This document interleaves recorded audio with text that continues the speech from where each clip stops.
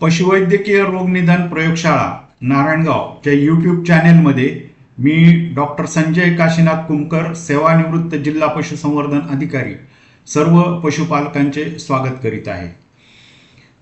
गेले 2-3 दिवस गाडा मालकांचे फोन येत आहेत की एका घाटामध्ये माझा बैल खूप चांगला पळाला आणि त्यानंतर 2 दिवसांनी दुसऱ्या घाटामध्ये बैलाचा परफॉर्मन्स कमी झाला.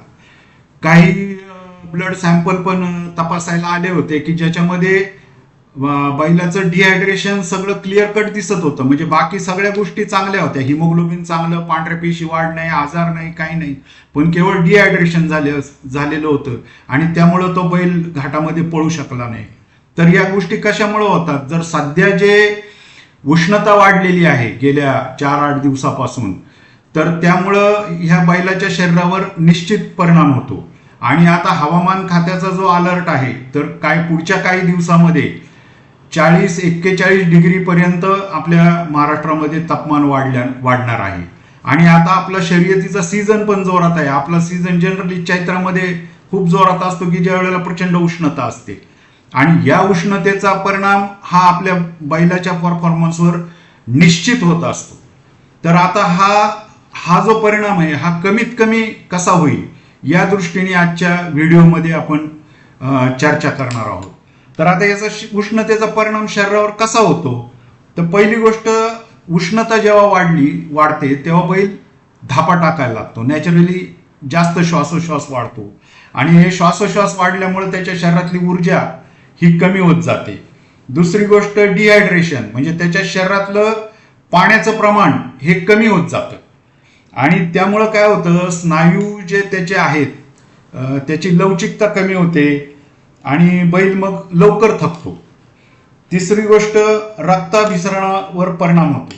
आता रक्ताचं कार्य आपण पहिल्या व्हिडिओमध्ये मागे पाहिलं की रक्त काय करत असतं की शरीराची उष्णता मेंटेन करण्याचं काम करीत असतं.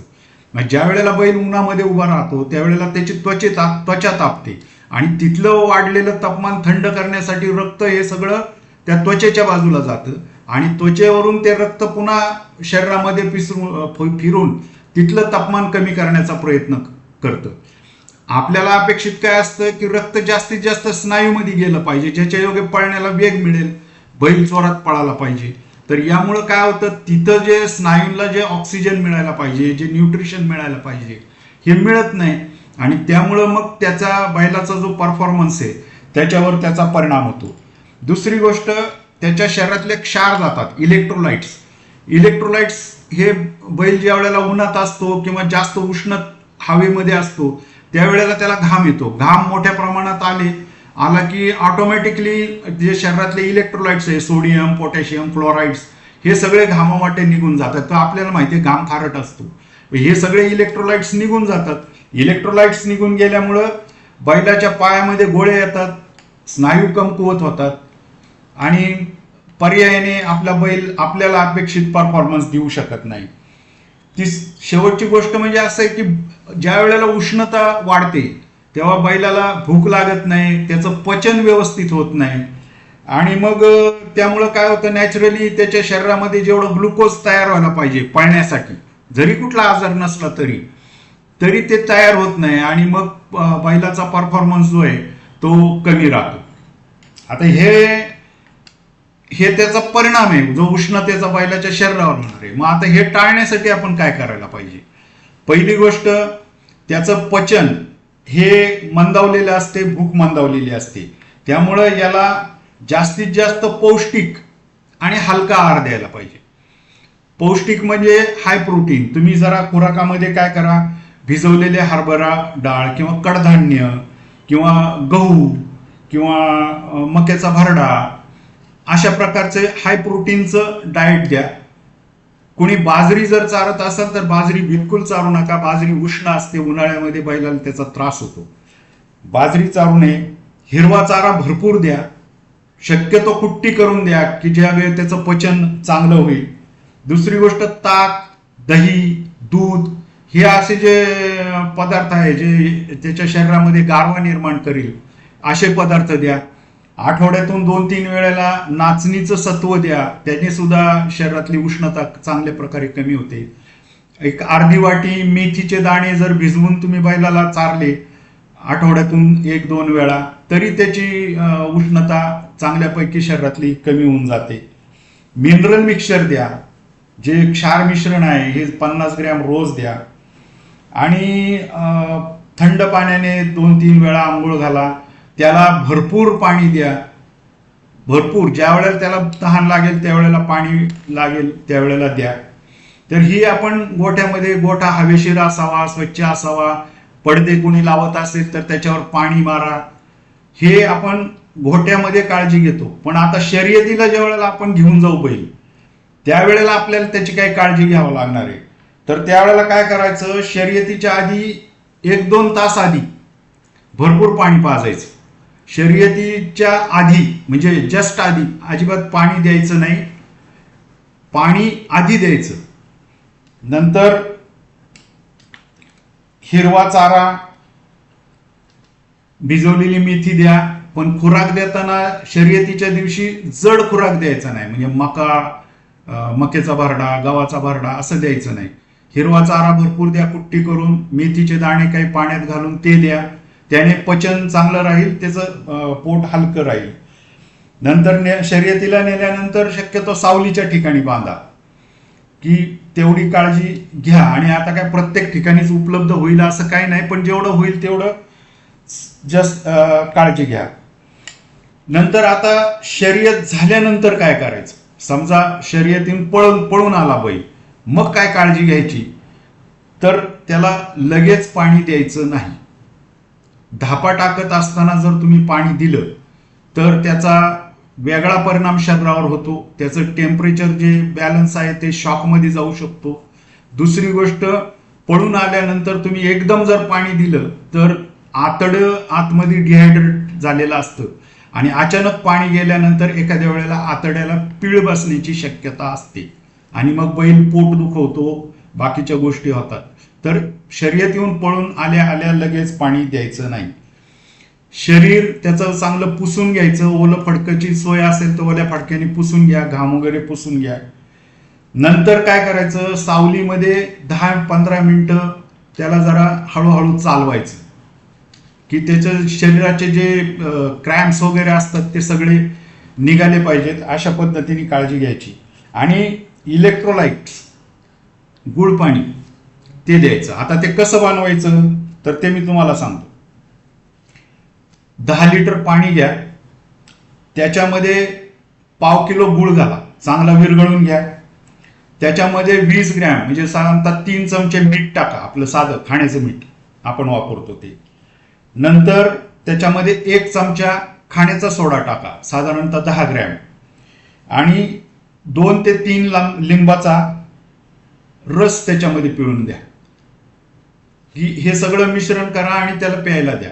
हे सगळ्यात चांगलं इलेक्ट्रोलाइट मिश्रण आहे. बाहेरचं विकत घ्यायची गरज नाही, तुम्ही घरच्या घरी करू शकता. आणि जी एनर्जी लॉस किंवा जे उष्णतेचा त्याला त्रास झालेला आहे ह्या मिक्सरमुळे तो लगेच कमी होऊन जाईल. पण हे देताना ताजं द्या. बनवून ठेवलंय मग 2 दिवसांनी दिलंय असं करू नका, कारण त्याच्यामध्ये पुन्हा बॅक्टेरिया वगैरे वाढण्याची शक्यता असते. आता याच्यामध्ये एक्स्ट्रीम कंडिशन मध्ये अडचण अशी येते की अतिउष्णतेमुळं जर काही लक्षणं तुम्हाला काही दिसली तर सर्वसाधारण ज्याला हीट स्ट्रोक म्हणतो त्याची लक्षणं तुम्हाला मी सांगतो. अशी लक्षणं येतात की बैल जोरजोरात धापा टाकतो, अगदी तोंड उघडून धापा टाकायला लागतो, तोंडातून जास्त प्रमाणात लाळ गळते, शरीराचं तापमान खूप वाढतं. दुसरी गोष्ट, बैल सुस्त होतो, कधी कधी बैलाला चक्कर येते, लघवीचं प्रमाण कमी होतं, रंग बदलतो आणि डोळे एकदम लाल भडक होतात. ही सर्व उष्माघाताची लक्षणं आहेत. जर अशा परिस्थितीमध्ये जर काही झालं तर इमिजिएटली बैलाला सावलीत हलवा.